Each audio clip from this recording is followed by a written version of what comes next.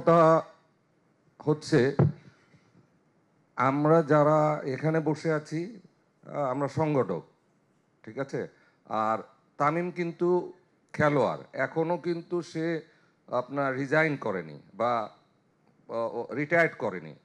ওর একটা পার্সোনাল একটা বিচার থাকতেই পারে। ও এখনো আমাদের সাথে রেগুলার যোগাযোগ আছে, আমাদের সাথে এখনো আছে। আবার বাই দিস টাইম ও খেলোয়াড়দের সাথেও আছে, যেই কারণেই ওর একটা পার্সোনাল স্ট্যান্ডের কারণে ও খেলোয়াড়দের সাথে থাকতে চায়।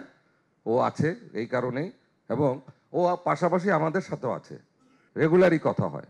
থাকতেই পারে, এমন তো না কোনো অন্যায় করছে, বিষয়টা তো এরকম না। যদি আমরা এটা সাপোর্ট করতাম না, ওর বিরুদ্ধে থাকতাম, বিষয়টা ও অন্যায় করছে না, যেই কারণে ও আমাদেরকে পাচ্ছে এবং ও খেলোয়াড়দের সাথেও থাকতে পারছে।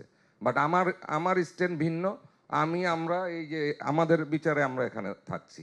আমরা খেলার উন্নতি খেলার প্লেয়ারদের সাথে আছি। আমরা কিন্তু খেলার প্লেয়ারদের সাথে আছি, তার মানে তামিমের সাথেও আছি, কবের সাথেও আছি। আমরা তাদের উন্নতির জন্য তাদের অভিভাবক হিসাবে তো আমরা তাদেরকে তৈরি করেছি। তামিম ইকবাল তো একদিনে আসে নাই।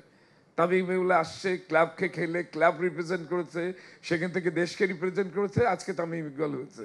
তা আমি কিন্তু কথা শুরুতে এটাই বলেছি, আমরা কিন্তু খেলোয়াড় তৈরি করি, সেই খেলোয়াড়কে নিয়ে যাই, জাতিকে তৈরি করি।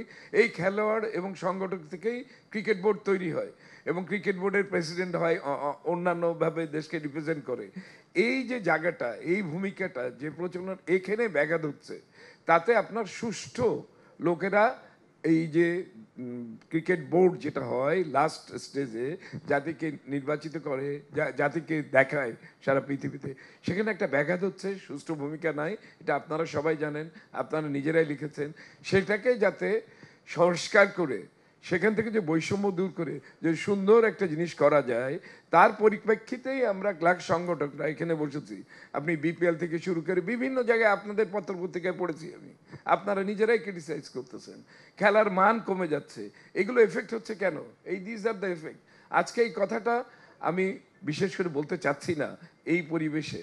তো শুধু আপনার কথার উত্তর যেটা আমাদের মাসুদ ভাই দিলেন, তামিম অ্যাজ এ খেলোয়াড় অ্যান্ড সংগঠক, এই জন্যে তার একটা দ্বৈত ভূমিকা আছে। এটাতে মনে করেন না যে তামিম আমাদের সাথে নেই, আমরা তামিমের স্ট্যান্ডে নেই। তার দ্বৈত ভূমিকার কারণেই সে বলছে খেলা চালায় যেতে হবে, কারণ সে প্লেয়াররা তো নার্ভাস হয়ে আছে। বাট প্লেয়ারদেরকে আপনাদের সামনে আশ্বস্ত করতেছি, আমাদের যে সমস্ত টিম বানানো তার পরিকল্পনা করা হয়েছে। বিভিন্ন ক্লাব বিভিন্ন প্লেয়ারকে আমরা এখনো পর্যন্ত অ্যাডভান্স দিয়েছি। আমরা পাশাপাশি বসি, আমরা পাশাপাশি কম্পেয়ার করি, আমরা একজন একজনকে কম্পিট করি। আমরা এক একজন এক একটা প্লেয়ারকে আপনাদের সামনে প্রকাশ করছি না, কিন্তু আমরা কিছু টাকা পয়সা দিয়ে তাদেরকে বুক করা হয়েছে। তো খেলা হবেই, খেলা এখন হোক না হোক পরে হোক তারা থাকবে, তারা যাতে ডিপ্রাইভ না হয় সে ব্যাপারে আমরা অবশ্যই দেখা করব, এই চেষ্টা করবো ইনশাল্লাহ। তামিম কিন্তু আমাদের সাথে একমত। বোর্ডকে কিন্তু তামিমও অবৈধ অবৈধ বলছে, আমরাও অবৈধ বলছি।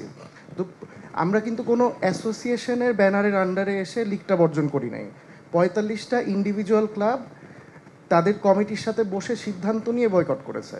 এখন এখানে আরও 10টা ক্লাব আছে তামিম সহ, যারা খেলতে প্রেফার করে, এটা তাদের পার্সপেক্টিভ। তো খেলতে প্রেফার করে বলেই যে তারা বোর্ডকে মেনে নিচ্ছে, ব্যাপারটা তেমন না।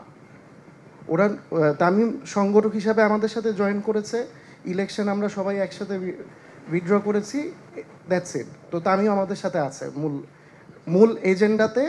এখানে আমাদের যে দাবি, কি কারণে আমরা আমাদের দেশের ভবিষ্যৎ প্রজন্মের খেলোয়াড়দেরকে মাঠে নামাতে চাচ্ছি না, এই মানে এই ধরনের বোর্ডের আন্ডারে আমরা তাদের ভবিষ্যৎ উজ্জ্বল দেখতে পাচ্ছি না। মানে আমরা এখানে অনেক থ্রেট দেখতে পাচ্ছি, যে কারণে আমাদের প্রতিবাদটা এটা নিয়ে।